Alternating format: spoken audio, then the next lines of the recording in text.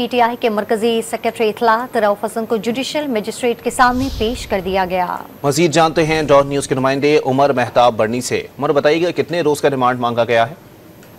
जी बिल्कुल, पीटीआई के मरकजी सेक्रेटरी इत्तलात रऊफ हसन को जो है वो जुडिशल मजिस्ट्रेट के सामने पेश कर दिया गया है। रऊफ हसन और दीगर वर्कर्स को जुडिशल मजिस्ट्रेट अब्बास शाह की अदालत में पेश किया गया है।